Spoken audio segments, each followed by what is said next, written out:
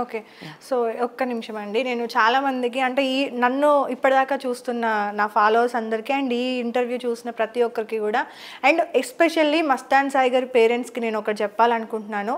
అంటే మీరు మాట్లాడుతున్నారు కదా! మా అబ్బాయి ఏ తప్పు చేయలేదు. మా అబ్బాయి నిర్దోషి. మొత్తం లావణ్య గారే చేశారు. లేకపోతే డ్రగ్స్ అలవాట్లు లేవని గాని లేకపోతే రకరకాల మాటలు మీరు మాట్లాడుతున్నారు కాబట్టి నిజంగా మీ అబ్బాయి ఏ తప్పు చేయకపోతే హార్డ్ డిస్క్‌లో అమ్మాయిల వీడియోస్ ఎలా ఉంటాయండి? హార్డ్ డిస్క్‌లో అమ్మాయిల వీడియోస్ పెట్టడం తప్పు కాదా? ఆ వీడియోలు వైరల్ అవ్వడం ఇప్పుడు వాళ్ళందరూ కూడా అమ్మాయిలు సఫర్ అయిన కొన్ని ఆడియోస్ కూడా నేను వింటున్నాను. సో అది తప్పు కాదా? నిజంగా మీ అబ్బాయి కాబట్టి మీరు ఇలా ఈరోజు మాట్లాడగలుగుతున్నారు. అదే ప్లేస్‌లో ఒక అమ్మాయి ఉండుంటే, పోనీ మీ అమ్మాయే ఉండుంటే, అసలు మీవి లేవని గ్యారంటీ ఉందా? మాట్లాడే ముందు అంటే తప్పు చేస్తే చేశాడని ఒప్పుకోండి, తప్పులేదు. కానీ నిజంగా మీరు మాట్లాడే ఆ ఇంటర్వ్యూ నేను చూసిన తర్వాత లావణ్య గారు, నేను మిమ్మల్ని అడిగాను కదా ఇంటర్వ్యూ చేద్దామా అని చెప్పేసి, నాకు ఇదే పాయింట్ అనమాట. అసలు నాకు అర్థం కాదు ఏంటంటే అందులో ఉండడమే పెద్ద తప్పు కదా. అవునండి, ఇప్పుడు నాకు గొడవ కూడా అదే. ఇప్పుడు తప్పు ఒక దగ్గర ఒప్పేసుకుంటే అయిపోద్దండి, ఎండ్ అక్కడికి. డే వన్ నుంచి లేదు ఆ ప్లేస్ లో ఇంకొక అమ్మాయి వాళ్ళే ఉండుంటే, వాళ్ళ ఆడపిల్ల ఉండుంటే. ఇప్పుడు కూడా ప్రజలందరూ అర్థం చేసుకోవాల్సింది ఏంటంటే, ఇప్పుడు ఇంత పెద్ద గొడవ కూడా కారణం ఏంటంటే వాళ్ళ అబ్బాయి తప్పు లేదు, లావణ్య తప్పు అని అన్నప్పుడు నేను ప్రూవ్ చేసుకోవడం కోసం బయటికి రావాల్సి వస్తుంది. కానీ లేకపోతే నాకు కూడా వద్దు, ఎక్కడ ఏముందన్నది ఒక్కసారి యాక్సెప్ట్ చేసి వదిలేసేయండి.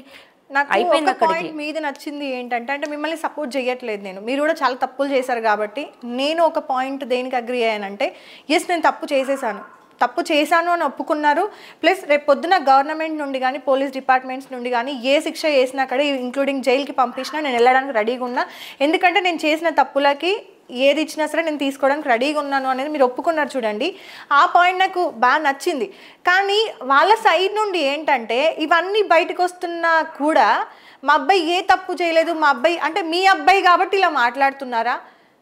వేరే వాళ్ళ అయి ఉంటే మాత్రం, అంటే వేరే వాళ్ళ తల్లిదండ్రులు వేరే వాళ్ళ అంటే ఇప్పుడు వేరే వాళ్ళ పేరెంట్స్ వచ్చి కానీ వేరే వాళ్ళు వచ్చి కానీ మాట్లాడలేరు కాబట్టి, సో మీరు ఇలా మాట్లాడి గట్టిగా మాట్లాడినంత మాత్రం నిజం ఏమంటారు, అది అబద్ధం కాదు, అబద్ధం నిజది కాదు. నిజంగా అదే నాకు చాలా రాంగ్ అనిపించింది. 2022 దాకా మా అబ్బాయి మీద కేసులు లేవంటున్నారు కానీ 2022 దాకా మా అబ్బాయి తప్పు చేయలేదు అని చెప్పట్లేదు. మా అబ్బాయి ఏ తప్పు చేయలేదు అన్నప్పుడు మరి ఈ వీడియోలన్నీ ఎలా వస్తున్నాయి? అండ్ ఇంకొకటి కూడా ఏంటి అని అంటే, అందులో ఉన్న అమ్మాయిలు అందరూ లావణ్య తర్వాత పరిచయమైన వాళ్ళ, ముందు పరిచయమైన వాళ్ళ. అండ్ ఇంకొక పాయింట్ ఏంటంటే, మా మనవడికి ఏది కూడా తెలియకుండా, టీవీలు చూడకుండా, ఏం చూడకుండా చాలా జాగ్రత్తగా కాపాడుతున్నామండి అని చెప్పేసి చెప్తున్నారు. నిజంగా మీ అబ్బాయి ఏ తప్పు చేయకపోతే మీ మనవడిని అబద్ధం చెప్పి పెంచాల్సిన అవసరం లేదు. మీ నాన్న నిర్దోషి, ఏ తప్పు చేయలేడు అని చెప్పి తలెత్తుకొని గర్వంగా తిరిగేలాగా పెంచాలి. కానీ యూట్యూబ్లో చూడకుండా, టీవీలు చూడకుండా పెంచినంత మాత్రాన్ని ఏమీ అయిపోదండి. మీ అబ్బాయి తప్పు చేశాడు అనేదానికి ఒక్కటి కాదు, చాలా రకాల ఎవిడెన్స్లు ఉన్నాయి. సో అవన్నీ కూడా పోలీస్ వాళ్ళు చూసుకుంటారు. అండ్ నిజంగా మన తెలంగాణ గవర్నమెంట్కి చాలా అప్రిషియేట్ చేయాలి. మన పోలీస్ డిపార్ట్మెంట్ చాలా స్ట్రిక్ట్ గా వర్క్ చేస్తారు దేని గురించి అయినా. ఎందుకంటే నిజంగా డ్రగ్స్ గురించి ఎన్ని జాగ్రత్తలు తీసుకున్నా కూడా ఇంత మళ్ళీ అవుతుంది. ఒక 49 మంది 50 మంది అమ్మాయిల వరకు కూడా సఫర్ అయ్యారంటే ఇంకా ఎంతమంది ఉన్నారో అర్థం కావట్లేదు. ఈ ఒక మస్తాన్ సాయి గారు కాదండి, ఒక లావణ్య గారు కాదు, ఒక రాజ్ తరుణ్ గారు కాదు, ఎంతమంది ఉండుంటారు వెనకాల. అంటే ఓన్లీ మస్తాన్ సాయి మాత్రమే తెలంగాణ స్టేట్ ని, ఆంధ్రప్రదేశ్ స్టేట్ ని చెడగొడుతున్నాడు అని కాదు కదా, ఇలాంటి వాళ్ళు ఇంకెంతమంది ఉన్నారు. వాళ్ళు ఇప్పటికైనా సరే వాళ్ళ పేరెంట్స్ ఒక దగ్గర ఆపేస్తే బాగుంటుందండి. ఇప్పుడు ఏదున్నా సరే ఇంకా మనం కోర్టులో లీగల్గానే, లేదు మేము మీడియాకే చూసుకుంటామంటే పరువు పోయేది వాళ్ళదే పోతుందండి. ఓకే, నన్ను ఆల్రెడీ చేసి నుంచో పెట్టారు, ఇంకెంత మోరల్గా నన్ను దెబ్బతీయడానికి ఈ రికార్డింగ్ ఆ రికార్డింగ్ అని తీసుకొస్తారు. మస్తాన్ సాయి జీవితం లావణ్య వల్లే ఇలా అయ్యింది అని అంటే, లావణ్య తర్వాత అయ్యింది చూపించి మాట్లాడమని ఒప్పుకుంటాను. లావణ్యకు ముందు మస్తాన్ అసలు ఏమీ చేయలేదు అని అంటే చెప్పమనండి, నేను ప్రూవ్ చేస్తాను మస్తాన్ సాయి ఎంత చేశాడు లావణ్యకు ముందు అని. అంతే. చాలామంది ఆడపిల్లలు నిజంగా అంటే మిమ్మల్ని చూసినప్పుడు చిరాకు పడుతున్నారు నిజంగా. ఎందుకు అంటే అర్థం కాక చిరాకు పడుతున్నారు. ఈ అమ్మాయి ఏంట్రా ఇలా ఉంది, నిజంగా అసలు ఇన్ని తప్పులు చేసింది, అసలు అమ్మాయి చేయకూడని పనులు అన్ని కూడా చేసింది కదరా నిజంగా, చేయకూడని పనులు అనేది మాట్లాడుతున్నారు. చూపించి ఇదిగో అమ్మ నువ్వు చేసావని చూపించమనండి. ఏది కూడా తలాతోక లేకుండా ఒక చిన్న బిట్ తీసుకొచ్చేసి ఇంకొక ఆడియో రిలేట్ చేసి వేరే కథగా చూపిస్తున్నప్పుడు నన్ను చెడుగా చూపిస్తారు. అండ్ స్విమ్మింగ్ పూల్కి వెళ్తే శృంగారం చేసినట్ట.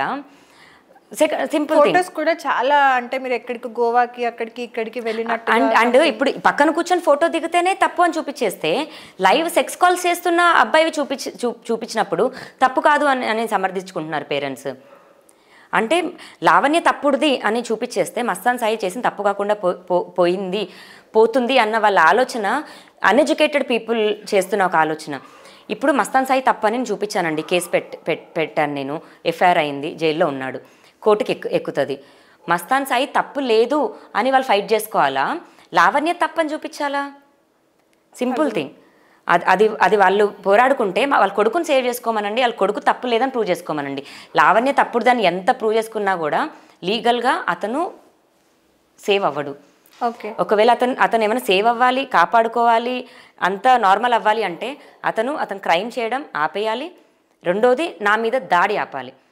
అంటే ఫిజికల్ దాడి ఇప్పుడు చేయలేరు కదా, ఇప్పుడు వచ్చి నన్ను కొట్టలేరు, ఇది చేయలేరు, కాబట్టి మీడియా దాడి చేస్తున్నారు. అంటే ఏదో రకంగా దాడి చేయడం అయితే కామన్. అది వద్దు, కాంప్రమైజ్ అంటే కాంప్రమైజ్ లాగా అయిపోండి. నేనేం కాంప్రమైజ్ పైసలకో ఇదని కాదు, నాలాగా ఇంకో అమ్మాయి అవ్వకూడదండి. నేను ఛాలెంజ్ చెప్తున్నానండి.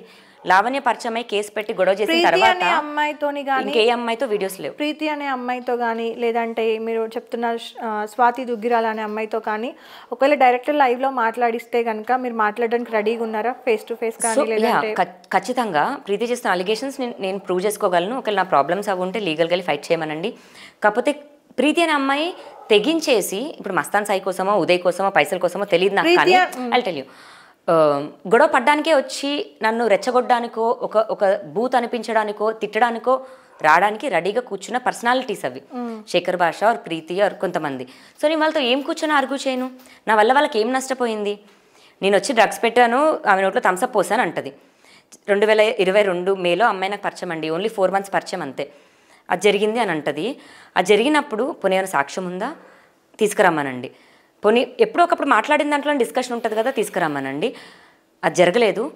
జరగకపోగా వాళ్ళ అమ్మ మాట్లాడిన కాల్ రికార్డింగే ఉంది. 2019లో అమ్మాయి రిహాబ్లో జాయిన్ అయిందని. మరి 2022లో నేను డ్రగ్ అలవాటు చేస్తే 2019లో ఎట్లా రిహాబ్కి, దాని ముందే రిహాబ్కి వెళ్తుందండి? సింపుల్. సంబంధం లేని ఒక మనిషితో నేను కూర్చొని ఆర్గ్యుమెంట్ అయితే చేయను, బికాస్ దే డోంట్ డిజర్వ్, అంతే. సో ఇప్పుడు మీరు ప్రూఫ్స్ ఇవ్వడానికి రెడీగా ఉన్నారా? ఏదైతే ఇప్పుడు ప్రీతి గారు కానీ లేదంటే స్వాతి దుగ్గిరాల గారు కానీ ఆ రోజు నుండి మీరు మాట్లాడుకున్న స్క్రీన్ షాట్స్ కూడా అంటే స్వాతియే ఇచ్చారు మీరు అని చెప్పారు కదా, ఖచ్చితంగా అవే హార్డ్ డిస్క్లోనే ఉన్నాయి, ఎవ్రీథింగ్ ఉన్నాయి. అవి మేము కాప్స్కి కూడా ఇచ్చాం, మీకు ఇవ్వాల్సినవి కూడా ఇప్పుడు ఇస్తాను నేను. ఓకే. అండ్ లావణ్య గారు, మీకు ఇంకొక పాయింట్ కూడా నేను క్లియర్ చేస్తాను. ఈ ఇంటర్వ్యూ అయిపోయిన తర్వాత ఎలాంటి క్లిప్ అనేది కూడా మేము డిలీట్ చేయడం అనేది ఉండదు. ఓకే, ఆ హామీ మీరు మాకు ఇవ్వాలి. తర్వాత మీరు మమ్మల్ని కాల్ చేసి ఇది డిలీట్ చేయండి, అది డిలీట్ చేయండి అనేవి ఎలాంటివి కూడా నా వీడియోలో ఉండవు. నేను ఇప్పుడు మాట్లాడింది డే 1 నుంచి ఎప్పుడైనా నేను క్లారిటీగానే ఉంటానండి. నేను ఎక్కడ తప్పైతే తప్పని ఒప్పుకుంటాను, లేదా లేదు, అంతేగాని ఎక్కడ కూడా ప్లీజ్ ఇది అని ఉండదు. మహా అయితే నేను పేరెంట్స్ ఇన్వాల్వ్ చేసి అసభ్యకరంగా ఉన్న థంబ్నెయిల్స్కి రిక్వెస్ట్ చేశాను ఇప్పటి వరకు తప్ప నేను ఏది కూడా ఇది చేయలేదు, నేను చేయను కూడా. ఎందుకంటే నా పోరాటం, నా క్లారిటీ, నాకు అవి చాలా ఉన్నాయి. నన్ను పిచ్చి అనుకుంటారా, ఏమనుకుంటారో జనాలు కూడా నాకు అనవసరం. సైకలాజికల్గా నన్ను ఇబ్బంది పెట్టడానికి వాళ్ళు ట్రై చేస్తున్నారు. I'm very strong. So anyways జాగ్రత్తగా ఉండండి. థ్యాంక్ యూ సో మచ్ అండి. అంటే అర్థమైంది మాకు మీ వర్షన్లో కూడా, అంటే మీరు కూడా తప్పు చేశారనేది మీరే ఒప్పుకున్న తర్వాత ఇంకా నేను అక్కడ ఏం మాట్లాడడానికి కూడా లేదు కాబట్టి డెఫినెట్గా మీ తప్పు ఉంది. బట్ చాలా మంది అమ్మాయిలు అయితే నేను మిమ్మల్ని ఒక్కటే రిక్వెస్ట్ చేస్తా, ఏంటి అంటే మీరు ఎలాగూ కూడా లైఫ్ని కోల్పోయారు. లైక్ ఇప్పుడు మళ్ళీ కూడా మీకు రీబర్త్, ఇక నుండి కేసు తర్వాత అదంతా జైల్లో జరుగుతుందా లేకపోతే బయట జరుగుతుందా, ఏదైనా సరే ఇక మీరు చేసిన తప్పుల మీద డిపెండ్ అయ్యి జరుగుతుంది అదంతా కూడా. సో ఇదంతా మైండ్ లో పెట్టుకొని మీరు ఎలాగో నాశనం అయ్యారు కదా, నేను నా లైఫ్ ఎలాగో పోయింది, సో వేరే అమ్మాయిలని నాశనం చేద్దాము లేకపోతే వేరే అమ్మాయిల క్లిప్పులు వేద్దాము అని అనుకుంటే కనుక అదొక్కటి చేయకండి అంతే. వేరే అమ్మాయిలు నేను ఎవరివి ఇవ్వట్లేదండి. నాకు అది ఒక అమ్మాయిని కించపరచాలి అని నేను ఎందుకు ఇచ్చేస్తాను? ఈ జరుగుతున్న దాంట్లో ఇప్పుడు ఎగ్జాంపుల్ ప్రీతి ఉంది. ప్రీతి, నేను ఆమెని పిలిపించి ఏదో వీడియోస్ తీశాను అంటారు, అది ప్రీతి అంటారు, స్వాతి అంటారు. అప్పుడు వాళ్ళు ఇప్పుడు ఛాలెంజ్ చేసినప్పుడు మాత్రమే కౌంటర్ పార్ట్ ఇవ్వాల్సి వస్తుంది. కానీ నువ్వు నా జోలికి అసలు రాకు, నేను ఎక్కడైనా వచ్చానా, నీ గురించి మాట్లాడానా, నువ్వు ఎందుకు వస్తున్నావు, వచ్చావంటే ఖచ్చితంగా నేను కౌంటర్ ఇస్తాను. అది ఎవరైనా సరే, అది ఎక్కడికైనా సరే ఖచ్చితంగా కౌంటర్ అనేది అయితే నేను ఇస్తానండి.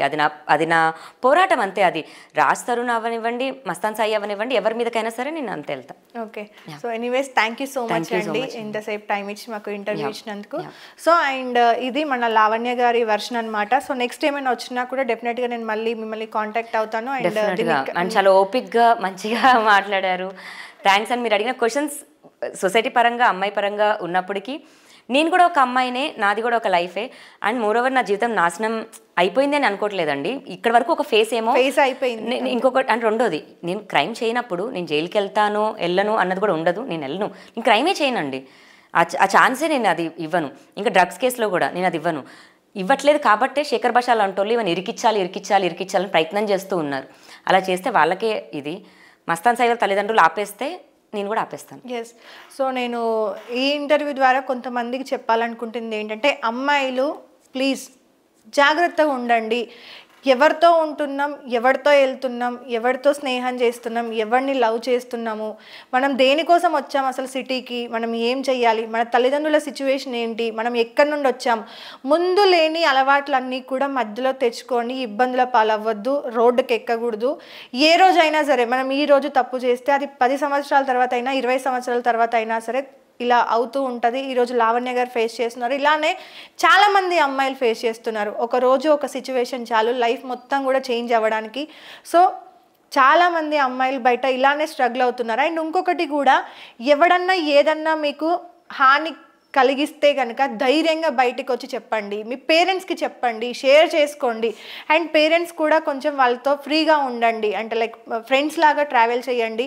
వాళ్ళకి ఏదైనా ప్రాబ్లం ఉన్నా కూడా మీతో షేర్ చేసుకునేలాగా ఆ ఫ్రీడమ్ వాళ్ళకి ఇవ్వండి. అండ్ పిల్లలు ఏం చేస్తున్నారు, ఫోన్స్ని ఎలా యూస్ చేస్తున్నారు, లేకపోతే ఇంట్లో ఉన్న సిస్టమ్స్ని ఎలా యూస్ చేస్తున్నారు, వాళ్ళు ఎవరితో మాట్లాడుతున్నారు, అండ్ రెగ్యులర్గా వాళ్ళు ఏం యాక్టివిటీస్ చేస్తున్నారు అనేది కొంచెం మీ బిజినెస్ టైమ్స్ని పక్కన పెట్టేసి, మీ విలాసాలన్నీ పక్కన పెట్టేసి పిల్లలని అబ్జర్వ్ చేయండి ఏం చేస్తున్నారు అనేది. సో ఈరోజు మస్తాన్ సాయే కాదు, రేపు పొద్దున ఇంకొకరు వస్తారు, ఇలా చాలామంది ఉన్నారు. ఈ ఒక్క దాంతోనే ఆగిపోతుందని కాదు. సో అమ్మాయిలందరూ జాగ్రత్తగా ఉండండి. అలానే పేరెంట్స్ కూడా పిల్లలు ఏం చేస్తున్నారు అనేది అబ్జర్వ్ చేయండి. అండ్ ఈ కేసు ఇంకా ఎక్కడి వరకు వెళ్తుంది, ఎలా వెళ్తుంది, ఇంకెంతమంది వస్తారు బయటికి అనేది తెలీదు. సో ఈరోజు నేను ఈ వీడియో తీసుకోవడానికి కూడా కారణం ఒకటే, లావణ్య గారిని బ్లేమ్ చేయడానికో, లేదంటే మస్తాన్ సాయి గారిని బ్లేమ్ చేయడానికో, లేకపోతే ఇంకెవరినో బ్లేమ్ చేయడానికి కాదండి. అసలు ఏం జరిగింది కేసులో, ఎందుకని ప్రతి ఒక్కరు, అంటే ఇక్కడ డ్రగ్స్ అనేది ఒక మ్యాటర్ బయటకు వచ్చింది, అమ్మాయిల వీడియోలు అదొకటి బయటకు వచ్చింది, ఇంకా రకరకాల ఇష్యూలు బయటకు వస్తున్నప్పుడు ఎంతసేపు లైక్ లావణ్య రాజ్ తరుణ్ ఈ వీళ్ళిద్దరు కాదండి. రాజ్ తరుణ్ గారు సెలబ్రిటీయే, లావణ్య గారు ఆవిడ వైఫ్ అయి ఉండొచ్చు, గర్ల్ ఫ్రెండ్ అయి ఉండొచ్చు. ఈ ఇష్యూని పక్కన పెట్టండి, మిగతా వచ్చిన ఈ టాపిక్ మాట్లాడండి. డ్రగ్స్, దీన్ని ఎలా ఆపాలి, అమ్మాయిల వీడియోలు, వాళ్ళ పరిస్థితి ఏంటి, ఆ 43 మంది అమ్మాయిల పేరెంట్స్ పరిస్థితి ఏంటి, వాళ్ళు ఎక్కడున్నారు, ఎలా ఉన్నారు, ఇంకా స్ట్రగుల్ అవుతున్నారా, అందులో ఎవరైనా సూసైడ్ చేసుకున్నారా, అసలు ఎలా ఉన్నారు అనేది వాళ్ళ సేఫ్టీ ఆలోచించండి. కొంచెం బ్యాడ్ కమెంట్స్ పెట్టే ముందు మనం ఏం తప్పు చేస్తున్నాము, మనం ఎలా ఉన్నాము అనేది మన గురించి కూడా ఆలోచించుకొని బ్యాడ్ కమెంట్స్ పెట్టండి. సో ప్రతి ఒక్కరు కూడా అంటే ఈజీగా ఒక వర్డ్ పెడతారు, ఎల్తో లేదంటే ఇంకేదో అని చెప్పేసి కొన్ని మాటలు మాట్లాడుతూ ఉంటారు కదా. ఆ మాట మాట్లాడే ముందు మనం 1కి 10 సార్లు ఆలోచించుకోవాలి. ఎదుటోడు తప్పు చేసినా కూడా మనం ఏం మాట్లాడాలనేది మన నియత్ పైన ఆధారపడి ఉంటుంది. సో కొంచెం ఆలోచించి కమెంట్స్ పెట్టండి. అండ్ థంబ్నెయిల్స్ పెట్టే వాళ్ళకు కూడా నేను రిక్వెస్ట్ చేస్తున్నాను, కొంచెం థంబ్నెయిల్స్ చూసుకొని పెట్టండి. అండ్ మీరు భయపడాల్సిన అవసరం కూడా లేదండి, మన గవర్నమెంట్ చాలా స్ట్రిక్ట్ రూల్స్ తీసుకొస్తుంది థంబ్నెయిల్స్ గురించి అయి ఉండొచ్చు. మాకు కూడా చాలా రిస్ట్రిక్షన్స్, రూల్స్, రెగ్యులేషన్స్ చాలా వస్తున్నాయి అన్నమాట. టాపిక్ లేకుండా థంబ్నెయిల్ పెడితే ఇంతకు ముందులాగా ఇప్పుడు లేవు, రూల్స్ అన్నీ మారిపోయాయి. ఏ మాట మాట్లాడినా, ఏం తప్పు చేసినా కూడా వితిన్ సెకండ్స్లో యాక్షన్ అనేది తీసుకోవడం జరుగుతుంది. సో అలాంటి రూల్స్ మన గవర్నమెంట్ మనకి ఇస్తున్నందుకు సో గవర్నమెంట్ని మనం అప్రిషియేట్ చేయాలి. సో తెలంగాణ పోలీస్ డిపార్ట్మెంట్కి నిజంగా థ్యాంక్ యూ సో మచ్ అండి. మీ వల్లే నిజంగా చాలామంది అమ్మాయిలు ఇంకా సేఫ్గా ఉన్నారు. సో ఈ కేసుని కూడా తొందరగా సాల్వ్ చేయడానికి ట్రై చేయండి. ఎందుకు అంటే ఇది రోజు రోజుకి వెళ్తున్న కొద్దీ నా అభిప్రాయం ప్రకారం పిల్లలు ఎఫెక్ట్ అవుతారేమో అని చెప్పేసి.